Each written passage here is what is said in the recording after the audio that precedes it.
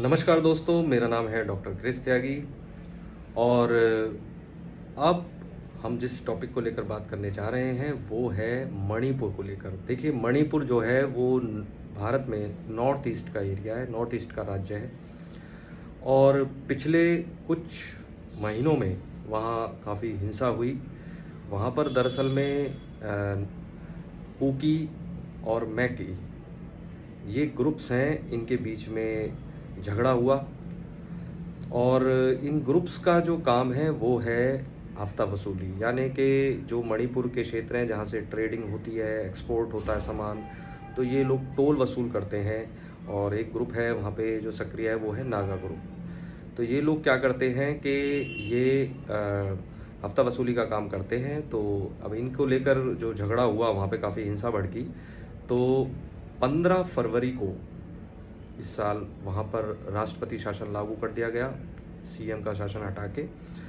और उसके बाद जो गवर्नर हैं वहाँ के, उन्होंने 20 फरवरी को ये घोषणा की कि जिन्होंने लोगों ने जो सेना के जो अधिकारी हैं, पुलिस फोर्स के लोग हैं, उनसे जो हथियार लूटे, तो वो उन हथियारों को वापस कर दें। यानी कि 7 दिनों के अंदर ये हथियार वापस कर दिए जाएं, वरना एक बहुत बड़ी कार्रवाई की जाएगी। तो ये घोषणा जो है वो 20 फरवरी को कर दी गई। 20 फरवरी की इस घोषणा के बाद अपोजिशन जो वहाँ पार्टी है, उसको ये लग रहा था कि ऐसा कुछ नहीं होगा, कोई रिएक्शन नहीं आएगा। लेकिन इसका बड़ा फ़र्क पड़ा, मतलब बहुत प्रभाव पड़ा। तो 23 फरवरी से, यानी कि जो 23 फरवरी इस साल की थी, तो उस दिन से लोगों ने वो हथियार वापस करने शुरू कर दिए। अब ये मानना है कि करीब करीब 6000 के ऊपर हथियार लूट लिए गए थे, जिसमें कि बंदूकें थीं, असला था, इस तरह का सामान था। पुलिस वालों के हेलमेट, जूते और डंडे, ये सब भी लूट लिए गए।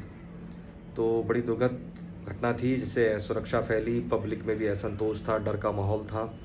तो राष्ट्रपति शासन लागू होने के बाद से वो चीज़ें थोड़ा कंट्रोल आनी शुरू हो गई। तो इस बाबत जो है अमित शाह जी ने जो घोषणा की, तो वो ये है कि 8 मार्च से कोई भी मणिपुर में आ जा सकेगा। तो इस बाबत जो है वो 23 फरवरी से हथियार आने शुरू हो गए। लोगों ने हथियार वापस करने शुरू कर दिए, इस डर से कि कोई बड़ी कार्रवाई हो जाए।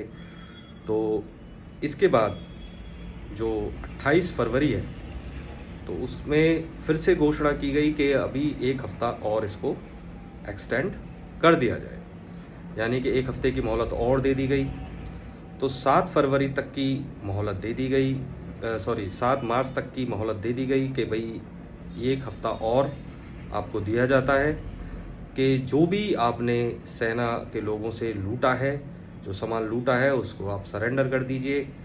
तो इससे भी और हथियारों की वापसी हुई है, काफ़ी मात्रा में हथियार वापस दिए गए हैं, भेजे गए हैं।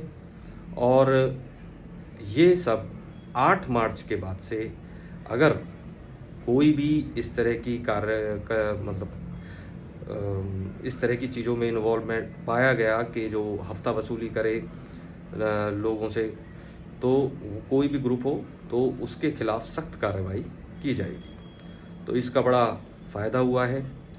और लोगों ने हथियार भी वापस करे हैं, जूते, हेलमेट्स, पुलिस वालों के जो चीज़ें जो लूटी गई हैं, तो वो वापस भी हुई हैं। तो इससे पब्लिक में तो देखो काफ़ी खुशी है और संतोष भी है कि भाई केंद्र सरकार काफ़ी बड़ा काम कर रही है और शांति बहाल करेगी, और शांति स्थापित हो भी रही है। तो 8 मार्च की जो डेडलाइन है, और 8 मार्च के बाद में अब कोई भी किसी को अपना हफ्ता देने की कोई ज़रूरत नहीं है। एक्चुअली में क्या है कि वहाँ पर जो ये ग्रुप हैं, यानी जैसे नागा ग्रुप है और मैकई है, कुकी है, ये ग्रुप्स अपने अलग अलग इन्होंने क्षेत्र बांटे हुए हैं। और ये वहाँ से अपने अपने क्षेत्रों में से गुजरने वाले लोगों से हफ्ता वसूली या कहें कि टोल वसूली करते हैं ट्रेडिंग के हिसाब से, कि जो माल वगैरह कोई ले जाना चाह रहा होता है, कोई ट्रक है वो जा रहा होता है, तो ये लोग उसको निकालते हैं वहाँ से और उसके बाबत वो उनसे हफ्ता वसूली करते हैं। तो गवर्नमेंट अब इसमें बहुत इंटरवेंशन कर रही है कि भाई ये सब नहीं चलेगा आगे से, और ये सब बंद कर दिया जाए। और दूसरी बात ये है कि ये जो ग्रुप हैं, तो ये लोग क्या हैं, जैसे नागा ग्रुप है, मैकई ग्रुप है, तो ये लोग ड्रग्स वगैरह का भी काम करते हैं। तो और ये ड्रग्स सप्लाई करते हैं क्योंकि ये जो असम है, सॉरी ये मणिपुर है, इसके साथ जो है म्यांमार की जो सीमा है वो साझा होती है। तो ये लोग जो है अपना जो ड्रग्स का कारोबार, ड्रग्स सप्लाई वगैरह काम करते हैं, जिससे फिर ये जो अर्निंग होती है उससे हथियार खरीदते हैं और एक पैरेलल गवर्नमेंट चलाने के लिए सक्रिय रहते हैं। इनको लगता है कि भाई हम अपनी एक सरकार चलाएंगे। तो इस मामले में केंद्र ने बड़ी सख्ती दिखाई है। अमित शाह जी ने बैठक की पुलिस अधिकारियों के साथ, सबके साथ, कि भाई इस तरह की चीज़ें आगे ना हों और इसमें किस तरह से कार्रवाई करनी है, किस तरह से सख्ती दिखानी है, वो सब डिसाइड कर लिया जाए और यहाँ पर शांति बहाल कर दी जाए। तो दोस्तों फिर इसमें जो ये जो ग्रुप्स हैं, जैसे इनमें जो हम बात करें कुकी ग्रुप, तो कुकी ग्रुप ने इस चीज़ को मानने से इनकार भी किया है। वो ये कहना चाह रहा है कि हमारी कुछ 8 पॉइंट्स हैं जिनको पहले कंसीडर किया जाए, हम इसे अदरवाइज़ नहीं मानते हैं। तो आगे देखते हैं कि जो गवर्नमेंट है वो किस तरीके से इन चीज़ों का आगे करती है, क्या स्थिति पैदा होती है। फ़िलहाल जो केंद्र सरकार है उसने 8 मार्च से इस आवाजाही को शुरू करने के लिए बोल दिया है कि आप अपना सामान, आप अपना मणिपुर में आ जा सकते हैं और आपको किसी को कुछ देने की ज़रूरत नहीं, फ्री मूवमेंट रहेगा।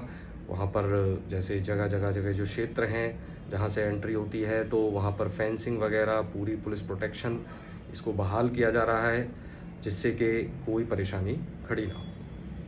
तो देखते हैं आगे कि मणिपुर को लेकर आगे किस तरह की अपडेट्स आती हैं। नमस्कार।